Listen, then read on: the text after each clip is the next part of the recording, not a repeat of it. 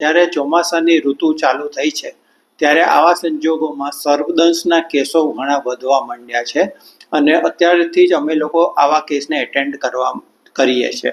પરંતુ હમણાં અમે જોયું કે ઘણીવાર દર્દી યોગ્ય સમયે ડૉક્ટર પાસે પહોંચતા નથી અને અન્ય જગ્યાએ દાણા જોવા માટે કે બીજી ધાર્મિક વિધિ કરવા માટે જતા રહે છે.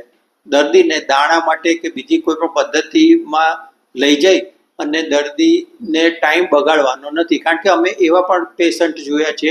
એક પેશન્ટ તો એવું હતું કે પ્રેગ્નન્ટ લેડી હતી, પેટમાં બાળક હતું અને સર્પદંશને કારણે મૃત્યુ પામી. આવું જાય ત્યારે આપણને હકીકતમાં બહુ દુઃખ થાય કે જો આ વ્યક્તિ સમયસર અમારી પાસે આવી ગયું હોત તો અમે એનો જીવ બચાવી શકત. આપણા એરિયામાં પોઈઝનસ સ્નેક બાઇટનું પ્રમાણ ડેટા પ્રમાણે ગૂગલમાં જોવા મળે કરતાં ઘણું વધારે છે.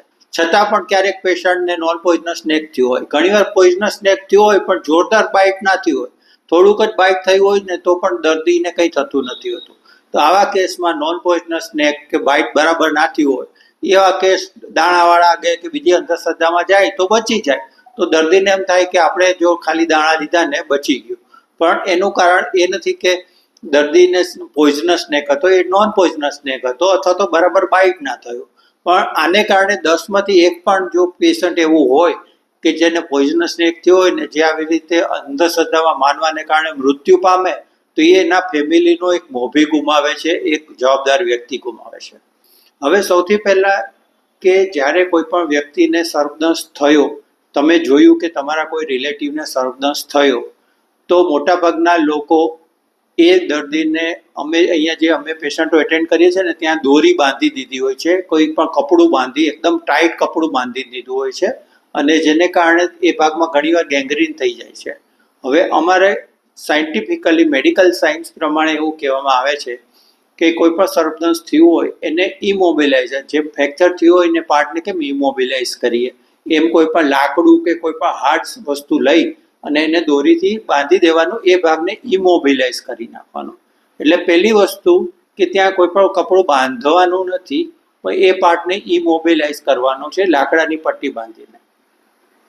બીજું, એ વ્યક્તિને ચાલવા નથી દેવાનો, એને ઉપાડી લેવાનો. ઉપાડી અને ઘણીવાર 108ની પણ રાહ જોવાની જરૂર નથી. તમારા કોઈ રિલેટિવનું કે આજુબાજુમાં 4 વ્હીલ હોય તો કારણ કે જેટલો દર્દી વહેલો આવશે એટલું એને રિઝલ્ટ સારું મળશે. એટલે કોઈ પણ વસ્તુની રાહ જોયા વગર તાત્કાલિક જ્યાં સર્પદંશની સારવાર ઉપલબ્ધ હોય ત્યાં દર્દીને પહોંચાડવાનો છે. એનું પાર્ટને ઇમોબિલાઇઝ કરી અને ડાયરેક્ટ દર્દીને હોસ્પિટલમાં ડૉક્ટર પાસે પહોંચાડવાનો છે. હવે ઘણીવાર દર્દીના સગા સર્પને મારવા માટે પણ કોશિશ કરતા હોય છે. એની પણ બિલકુલ જરૂર નથી, કારણ કે ડૉક્ટર માટે એ વસ્તુનું કોઈ જ મહત્ત્વ નથી. કારણ કે જે એન્ટી સ્નેક વિનમ અવેલેબલ છે એ 4 મેઇન મુખ્ય સર્પ જે ઝેરી છે એ 4 સર્પમાં કામ આપે એ ટાઈપનો વિનમ હોય છે. એટલે સર્પને જોવાથી ડૉક્ટરને કંઈ બહુ ઝાઝો ફાયદો થતો હોતો નથી. દર્દી ટાઈમસર હોસ્પિટલમાં ડૉક્ટર પાસે પહોંચે એ જ અગત્યનું છે. અને અમે લોકો દર્દીના લક્ષણો, લોકલ સાઇટના લક્ષણો, સિસ્ટેમિક લક્ષણો જોઈને જ ખ્યાલ આવી જાય કે આ પોઈઝનસ સ્નેક છે કે નોન પોઈઝનસ છે. પોઈઝનસ સ્નેકમાં મુખ્યત્વે 4 હોય કે કોબ્રા, ગ્રેટ, સો સેલ વાઇપર અને રસેલ વાઇપર. તો એ 4 કયા સર્પ છે અને એ આમાં કયો છે એ પણ અમે લક્ષણો ઉપરથી ખ્યાલ આવી જાય છે. એટલે આપણે દર્દીને એ સર્પને લાવવાની પણ જરૂર નથી. એક જ વસ્તુ યાદ રાખો કે દર્દીને તાત્કાલિક ડૉક્ટર પાસે પહોંચાડવો